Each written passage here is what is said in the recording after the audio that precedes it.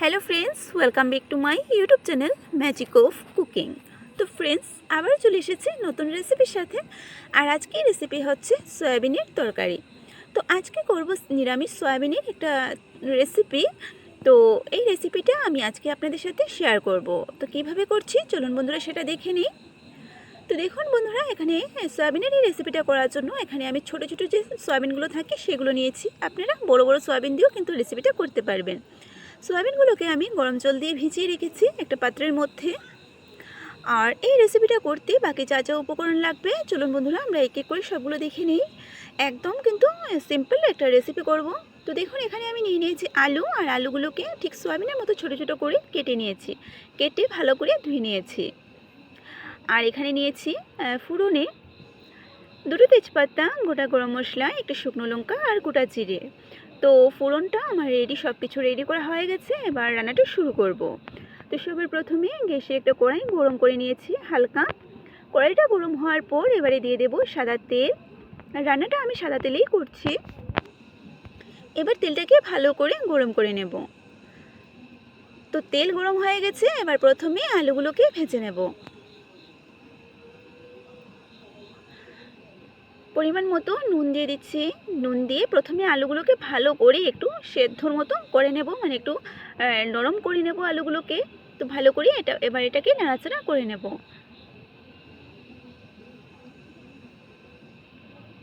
খুব ভালো করে নাড়াচাড়া করে এটাকে আমি 2 থেকে 3 মিনিটের জন্য ঢাকনা দিয়ে ঢেকে রাখবো। গ্যাসের আঁচটাকে লো টু মিডিয়াম আঁচে রেখেছি। এবার একটা ঢাকনা দিয়ে ঢেকে রাখবো। তো দেখুন, আমি 3 মিনিট পর ফিরে আসলাম। আর 3 মিনিটে আলুগুলো মোটামুটি সেদ্ধ হয়ে গেছে। ব্যাস, এবার সামান্য হলুদের গুঁড়ো দিয়ে দেব। হলুদের গুঁড়ো দিয়ে আলুগুলোকে একটু লাল লাল করে ভেজে নিতে হবে।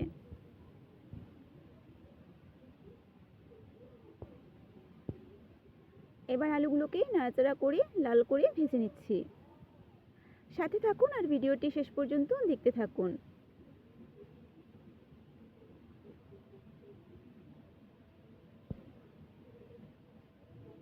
তো দেখুন, নাড়াচাড়া করতে করতে আলুর কিন্তু কালার চেঞ্জ হতে শুরু করে দিয়েছে। আমার আলুগুলো ভাজা হয়ে গেছে অলরেডি, দেখতেই পাচ্ছেন।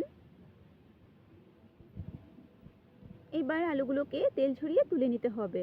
তো আলুগুলোকে এবার তেল ঝরিয়ে তুলে নিচ্ছি।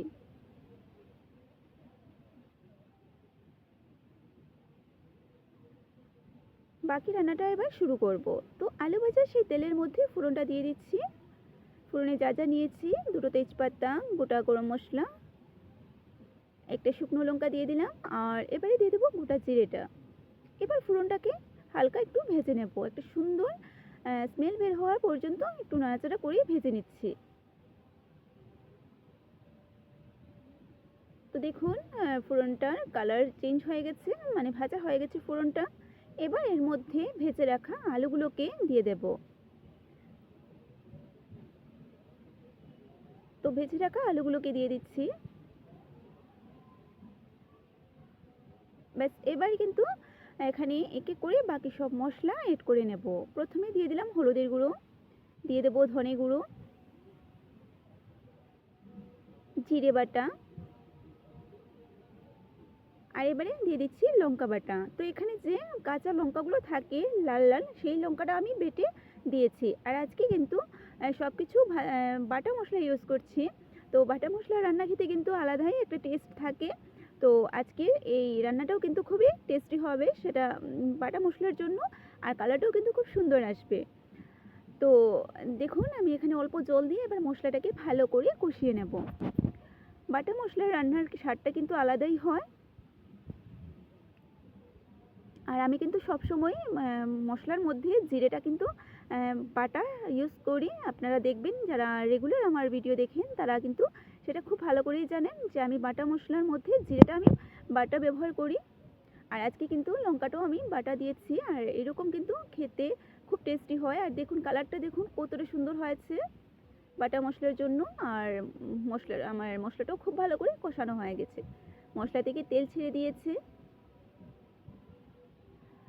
এবার এই অবস্থায় আমি এখানে দিয়ে দেব ভেজে রাখা সয়াবিনগুলো। তো দেখুন এখানে আমি সয়াবিনটা কাঁচা দিচ্ছি, আপনারা চাইলে কিন্তু সয়াবিনটা ভেজেও দিতে পারেন। তো ভেজে সয়াবিনটা আমি খুব একটা বেশি পছন্দ করি না, কারণ সয়াবিনগুলো ভাজা করলে পরে একটা শক্ত হয়ে যায়, সেটা ভালো লাগে না। সেই জন্য সয়াবিনগুলোকে আমি এইভাবে কাঁচাটা রান্না করে করতে আমি বেশি পছন্দ করি। আর আমার কাছে সেটা অনেকটাই টেস্টি মনে হয় ভেজে রান্না করার থেকে। তো এবার সয়াবিনটাকে আমি আলাদাভাবে ভেজে রান্না করি না, এইরকম মশলার সাথে একবার ভালো করে কষিয়ে নেব, কষিয়ে রান্নাটা করি।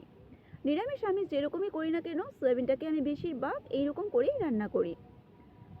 তো এবার মশলার সাথে সয়াবিনটাকে আবার ভালো করে নাড়াচাড়া করে মিশিয়ে নেব, আর মশলাটাকে ভালো করে আবার কষিয়ে নেব।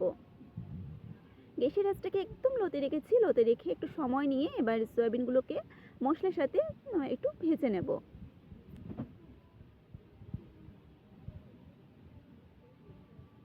কারা কারা এরকম সয়াবিন রান্না করে খেয়েছেন কমেন্ট করে অবশ্যই জানাবেন। আর যারা আজকে আমার প্রথম এই রেসিপিটা দেখছেন তাদের কাছে আমার অনুরোধ রইল ভিডিওটি শেষ পর্যন্ত দেখবেন, আর ভালো লাগলে লাইক করবেন, শেয়ার করবেন, আর সাবস্ক্রাইব করে পাশের বেল আইকনটিতে ক্লিক করে দেবেন, যাতে আমার চ্যানেলে আপলোড করা নেক্সট ভিডিওটা আপনাদের কাছে নোটিফিকেশন চলে যায় আর আপনারা দেখতে পারেন। তো দেখুন আমি মশলার সাথে সয়াবিন আলু ভালো করে নাড়াচাড়া করে মিশিয়ে নিলাম। তো কতটা লোভনীয় লাগছে দেখতে দেখুন। আমি এখানে কিন্তু টমেটোটা ইউজ করিনি, আপনারা চাইলে কিন্তু টমেটো পেস্টও দিতে পারেন। টমেটো পেস্ট দিলেও কিন্তু এটা টেস্টটা দারুণ হয়। এই অবস্থায় এবারে এখানে দিয়ে দিচ্ছি গরম জল। আর যেহেতু এখানে আমি বাটা মশলা ইউজ করেছি তাই আমি জলটা একটু বেশি দিচ্ছি, কারণ রান্নাটা একটু বেশি সময় ধরে করতে হবে যেহেতু বাটা মশলা দিয়েছি। তো জলটা আমি দিয়ে দিলাম, এবার ভালো করে একটু মিশিয়ে তারপরে পরিমাণ মতো নুন দিয়ে ঢাকনা দিয়ে ঢেকে রাখবো। গ্যাসের আঁচটাকে এবার মিডিয়াম করে দেব, আর মিডিয়াম করে ঢাকনা দিয়ে 5 মিনিটের মতো রান্না করব। তো 5 মিনিট পরে ফিরে আসছি। দেখুন বন্ধুরা আমি পুরো 5 মিনিট পর ফিরে আসলাম, আর 5 মিনিটে খুব সুন্দর রান্নাটা হয়ে গেছে, খুব ভালো করে ঝোলটা ফুটে এসেছে, দেখতেই পাচ্ছেন।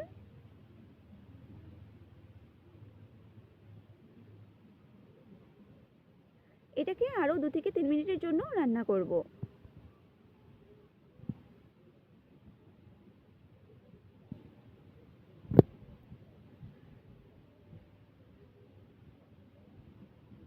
সয়াবিনটা কিন্তু এইরকমভাবে আপনারা তৈরি করবেন, আর এটা কিন্তু ভাত, রুটি, পরোটা যে কোনো সাথে কিন্তু পরিবেশন করতে পারবেন, খেতে খুবই টেস্টি লাগে। এরকমভাবে একবার রান্না করবেন। সব শেষে দিয়ে দিলাম সামান্য চিনি, আর চিনিটা এখানে আমি দিয়ে দিলাম টেস্টটা ব্যালেন্স করার জন্য। আর এটা পুরো অপশনাল, আপনারা চাইলে দিতে পারেন, নাও দিতে পারেন। এবার ভালো করে চিনিটাকে মিশিয়ে নিচ্ছি, আর এবার 2 থেকে 3 মিনিটের জন্য আরও রান্নাটা করব। তো আরও একটু সময় এটাকে এইভাবে রান্নাটা করে নিচ্ছি।